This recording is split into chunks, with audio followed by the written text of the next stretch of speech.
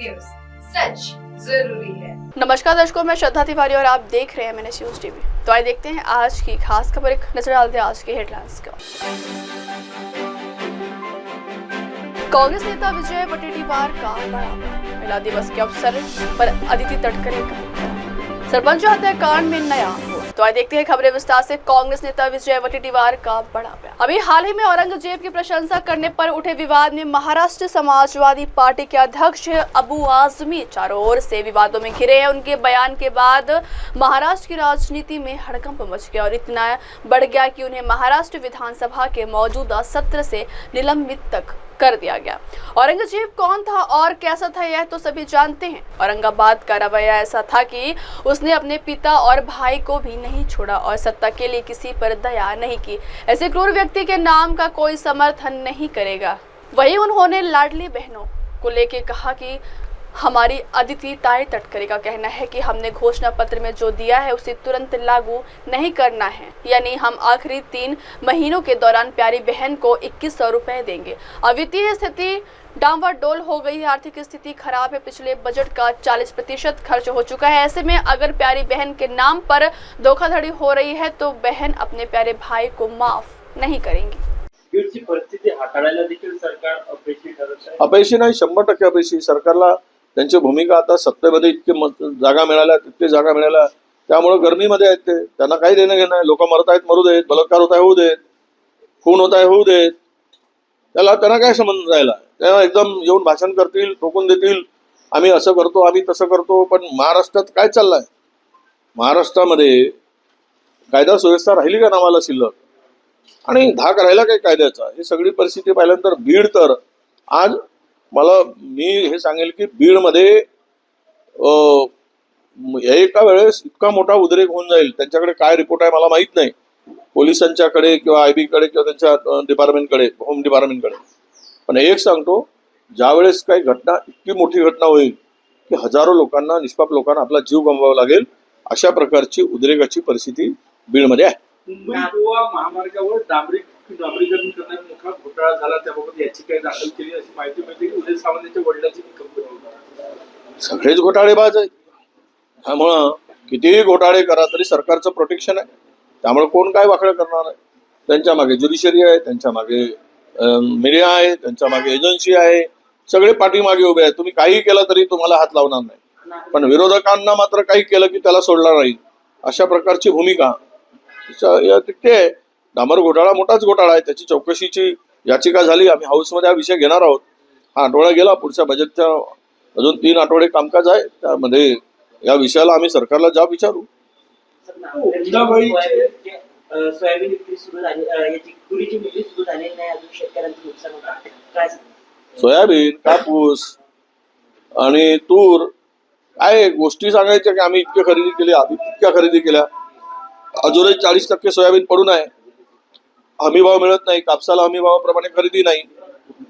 या संदर्भात कालच मी बोललो, तुरीच्या संदर्भात अजून सरकारची खरेदीची परवानगी आली नाही, राज्याला कोटा ठरवून द्यायला पाहिजे, MSP प्रमाणे खरेदी करायला पाहिजे, पण सरकार शासन म्हणून याकडे लक्ष नाही। त्या तूर उत्पादक शेतकरी आता संकटात आहे, त्वरित लक्ष घालण्याची आवश्यकता आहे, सरकारच्या निदर्शनास आणून देऊ।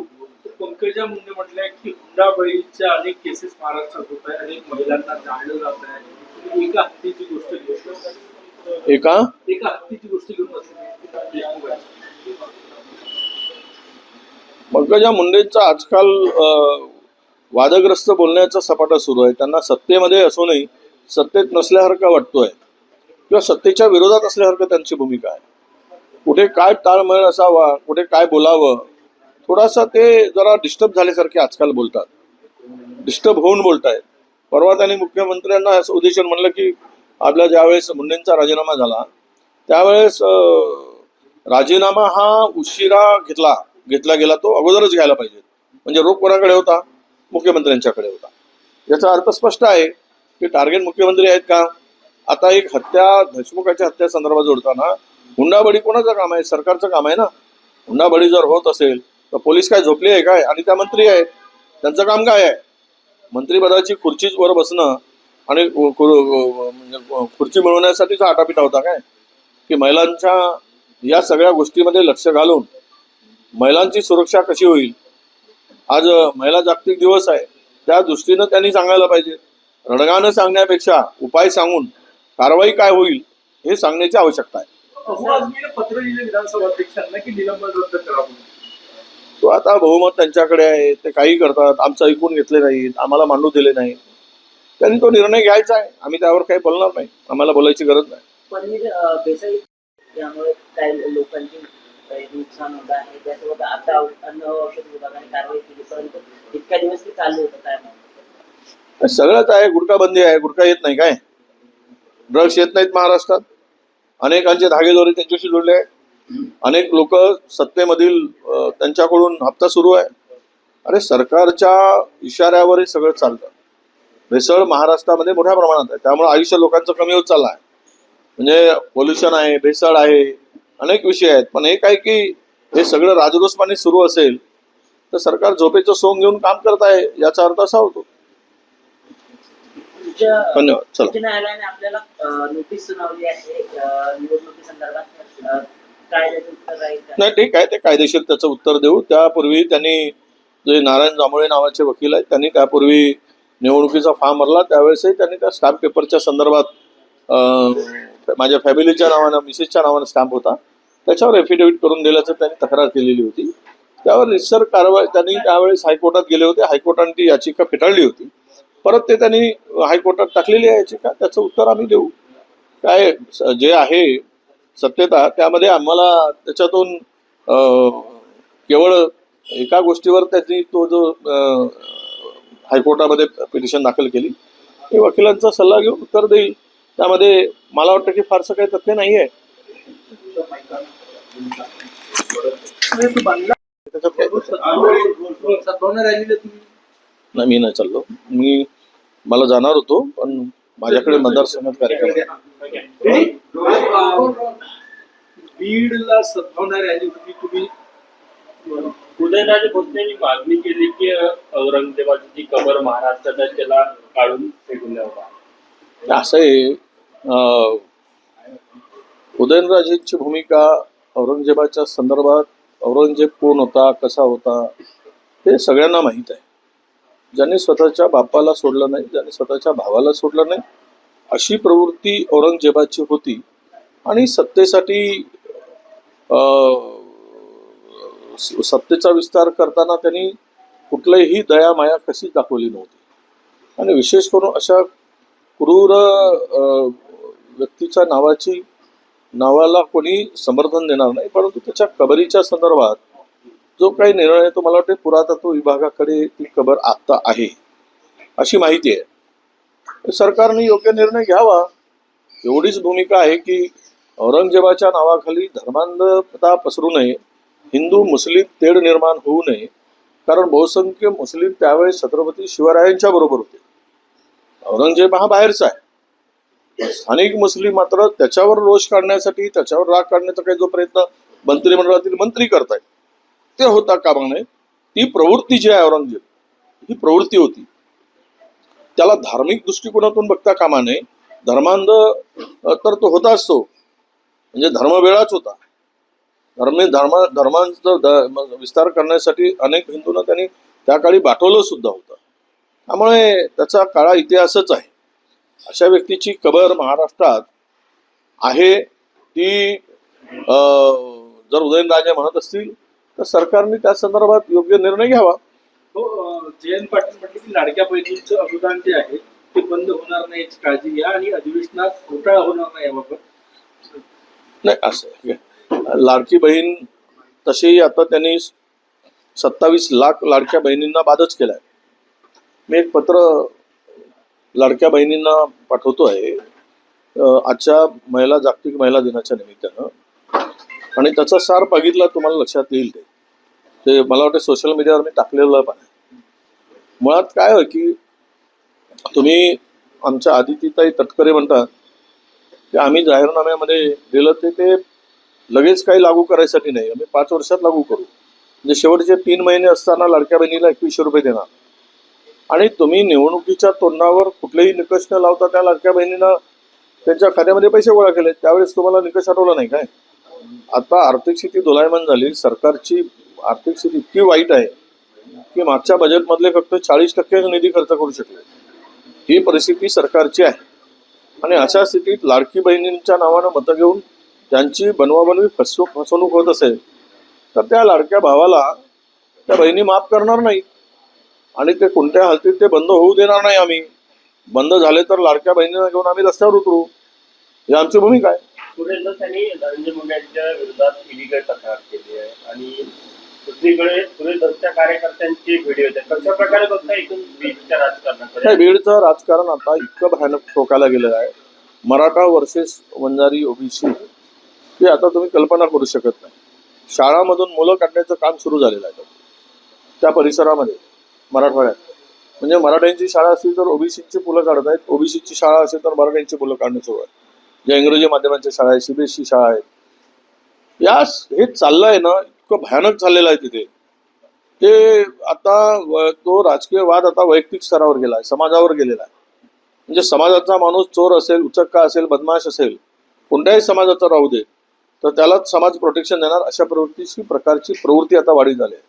कायदा सुव्यवस्था त्यांना काही देणं घेणं राहिलं नाही.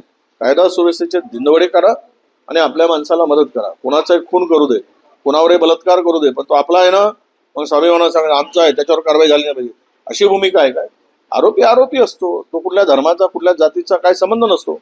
परंतु महाराष्ट्रामधल्या बीड किंवा मराठवाडा भागातील 2-3 जिल्ह्यामध्ये आत्ता इतका टोकाचं पाऊल दोन्ही समाजाने उचललंय आणि त्यामुळे वातावरण फार गढूळ झालंय. सरकारचं लक्ष त्याकडे अजिबात दिसत नाही, सत्तेमध्ये मशगूल आहे.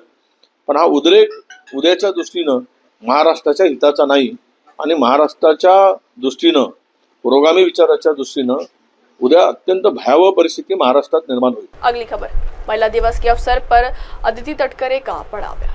राज्य विधानसभा चुनाव में अहम भूमिका निभाने वाली लाड़की बहन योजना पर महायुति सरकार द्वारा खर्च की गई धनराशि की सही जानकारी सामने आई है। राज्य सरकार ने विधानसभा चुनाव से पहले मुख्यमंत्री मेरी प्यारी बहन योजना शुरू की थी। इस योजना के तहत 21 से 65 वर्ष की आयु की महिलाओं को हर महीने 1500 रुपए दिए जाते थे। महागठबंधन सरकार ने वादा किया था कि विधानसभा चुनाव में सत्ता में आने पर लड़की बहन योजना को बढ़ाकर 2100 रुपए कर दिया जाएगा। हालांकि हकीकत में विधानसभा चुनाव खत्म होते ही राज्य सरकार ने लड़की बहन योजना के लिए तय मापदंडों को सख्ती से लागू करना शुरू कर दिया है। 2.5 लाख रुपए से अधिक वार्षिक आय वाले और घर में 4 पहिया वाहन वाले लाभार्थियों का सर्वेक्षण शुरू हो गया, इसलिए कई महिलाओं ने लड़की बहन योजना का लाभ न लेने के लिए स्वयं ही आवेदन कर दिया था। इसके अलावा लड़की बहन योजना के लिए KYC और जीवन प्रमाण पत्र अनिवार्य कर दिया गया है। परिणाम स्वरूप लगभग 10 लाख प्यारी बहनें आयोग हो गई।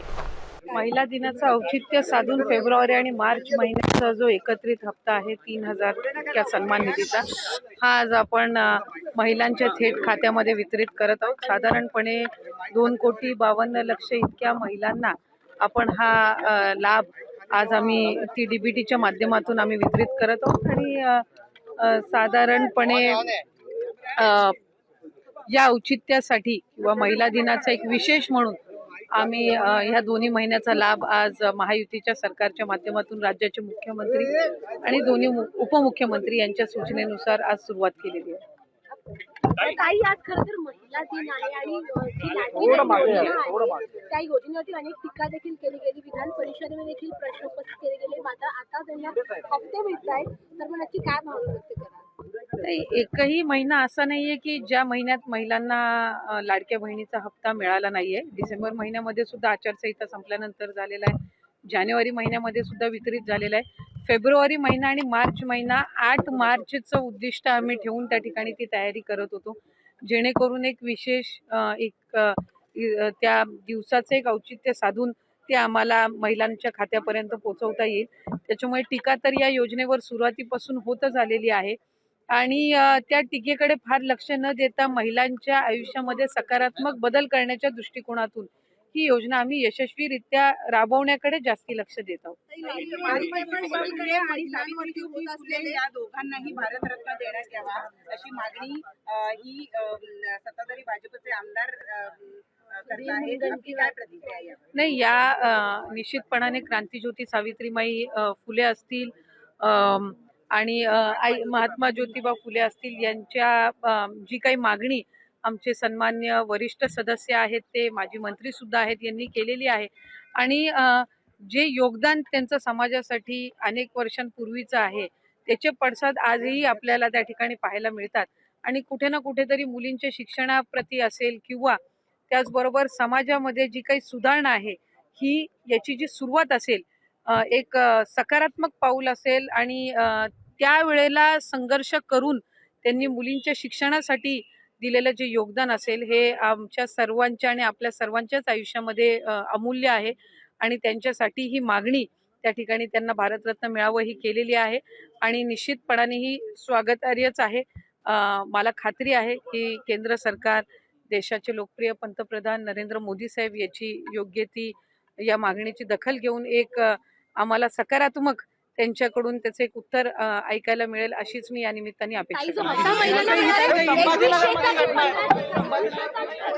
अगली खबर, सरपंच हत्याकांड में नया मोड़। महाराष्ट्र में बीड़ जिले के मजरो गांव के सरपंच संतोष देशमुख की हत्या के मामले पुलिस अभी जांच में लागू हुई है। इस हत्याकांड मामले में 5 अहम गोपनीय गवाहों के बयान सामने आए। साथ ही वाल्मीकि कराड़, विष्णु चाटे, सुदर्शन खुले और उसके गिरोह के आतंक कैसा है, इसकी पुष्टि इन गवाहों के बयानों से साफ हो चुका है। प्रतीक घुले और सुधीर सांगले सुदर्शन घुले को अपना भाई मानते थे और उसे भाई कहकर बुलाते थे। गांव और आसपास के इलाके में तीनों का काफी आतंक है।